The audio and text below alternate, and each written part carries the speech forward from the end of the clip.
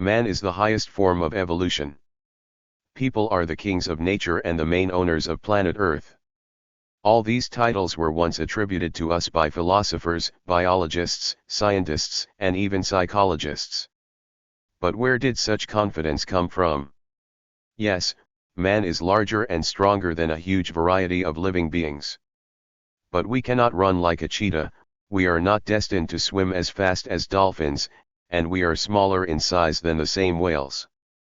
Someone will say that man is a social creature, but imagine a situation where a group of people hunts wolves, for example. A hunted animal is guaranteed to fall under the pressure of a strictly organized group. But at the same time, throw an ordinary, unarmed person into a dense forest far from civilization, he can also be driven and torn to pieces by an equally organized pack of animals. And this despite the fact that man has not had thick hair for thousands of years, and in order to maintain life he is obliged to wear clothes and at least from time to time be near a heat source. Speaking about the modern inhabitant of the megalopolis, it is difficult to imagine that at least 1 in 1,000 will be able to survive in the wild for a month without anyone's help. Make a fire, build a home and a weapon, and also have a successful hunt. Wild animals have not lost their survival skills over millions of years. So what makes us masters of the planet? And psychologists have long given the answer to this question, the presence of free will in humans, and here we will dwell in more detail. Each of us can certainly give our own definition of the concept of free will. What it is. Most of you will say that this is an opportunity to independently manage your actions and make decisions based on your own motives and desires. And in general, if you say this, you will be right.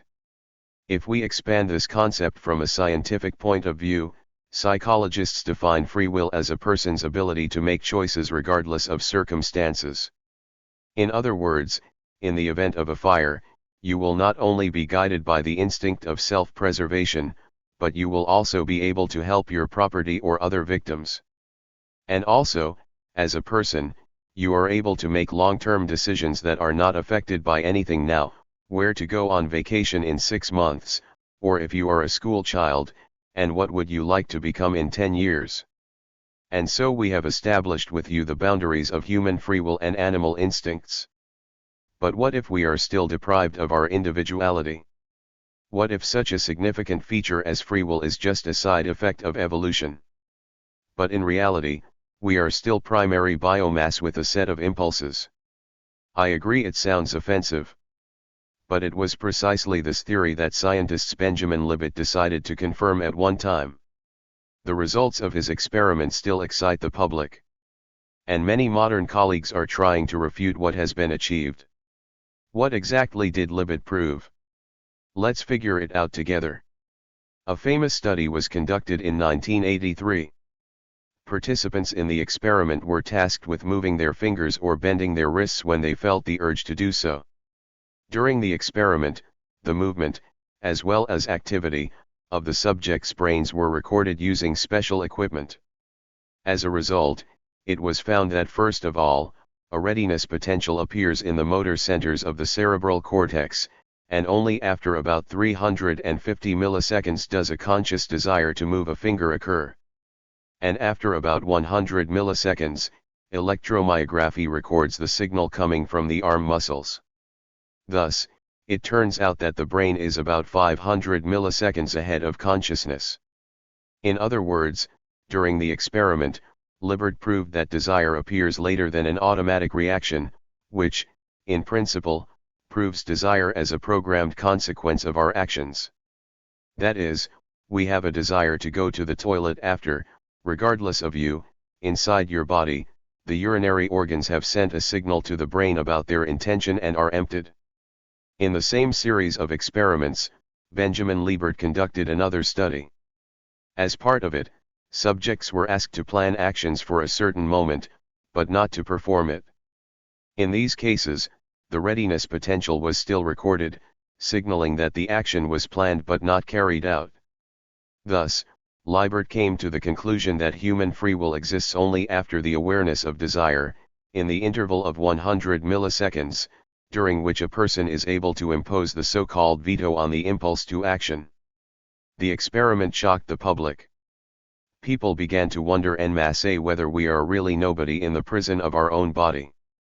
We are just a set of organs that are able to control us and encourage us to want what our body actually wants, because in this case any action can be attributed to the unconscious and, I didn't want it, my body decided for me. Sounds creepy, doesn't it? Any justice system is losing its viability, and the whole world is able to plunge into the abyss of lawlessness under the flag of ignorance. And everything would have been so, but fortunately the hype quickly subsided, but Libet himself was subject to significant criticism from his colleagues. Firstly, many scientists accused him of excessive hype around his person caused by inaccurately conducted experiments. Allegedly, the equipment on which the research was carried out was extremely antediluvian and such short-term impulses and intervals could simply turn out to be interference.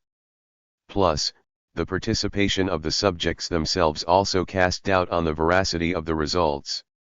Still, the participants had some kind of burden of responsibility, which means that the human factor cannot be discounted either. American philosopher and cognitive scientist Danny L. Dennett did not agree with the definition of free will established in the experiment, and, accordingly, with the conclusions made by Libet. Dennett defines free will as the ability of a person to make decisions in accordance with certain circumstances. He does not deny that such freedom is not absolute, but argues that it gives a person the ability to bear responsibility for his actions. So who was right in the end? Is the concept of free will really a myth of humanity? In 2008, neuroscientists Haynes and Son confirmed the results of Liebert's study. The main difference between the scientists' experiments and those of 1983 was the use of the latest equipment, so a magnetic resonance tomograph was used to record the results. And instead of moving their hand, the subjects were asked to press buttons. Participants in the experiment watched moving objects on a monitor and the MRI instantly recorded the movement of their eyes. When the direction of gaze changed, the parietal lobe of the brain, which is responsible for implementing decisions, was activated. However, the basal ganglia and frontal lobe of the brain, which are responsible for decision-making, were activated even before the subject changed the direction of his gaze. As a result, the experiment, which used precise modern equipment, proved that the brain is ahead of consciousness. And here it would be possible to hang up your hands and become a total fatalist, reducing your life to the programmed impulses of your own body, but psychologists came to the rescue. The fact is that the very essence of all experiments fundamentally contradicts the very principle of free will. Judge for yourself, the test subjects are already under strictly controlled conditions, where many factors put pressure on them. Also, subjects do not have free will in choosing the process of action. The experiment is strictly controlled and regulated. Participants were not asked to do anything. And the narrow framework of the rules was indicated, with this hand click here. Based on all the conditions, the experimental subjects had maximum freedom of action, capable of realizing the desire to press or not press the treasured button. Free will ended the moment they decided to take part in the experiment for one reason or another. It was their own decision. Participants could have stayed home or gone to the movies, but instead they became interested in the study. Thus, the experiments of Libet, and later his followers, are not considered 100% reliable evidence in the absence of free will. The experiments that scientists carried out were driven into a narrow framework, which ultimately led to their invalidity in the broad sense.